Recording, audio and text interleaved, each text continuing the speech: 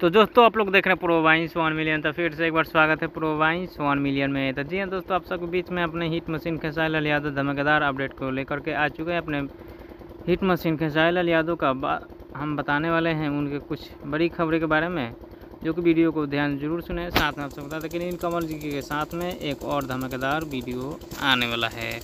तो खेसारी लाल यादव का वीडियो देखना पसंद करते हैं, गाना सुनना पसंद करते हैं, तो चलिए वीडियो को शुरुआत करते हैं। दोस्तों सबसे पहले आप सब बता दें खेसारी लाल यादव का सैड सॉन्ग के बारे में, जिस गाने का बोल है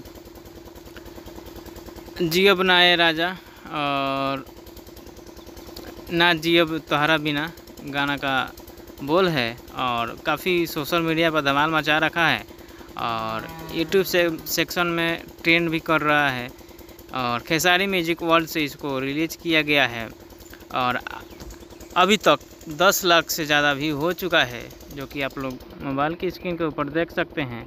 और अपने हिट मशीन खेसारी लाल यादव का 50 मिलियन क्लब वाला में शामिल हो चुका है, जिस गाने का बोल है पायल। और इसके साथ आपसे बता दें कि धमाकेदार सॉन्ग बहुत ही जल्द ईरान आने वाला है। जब तक जय हिंद।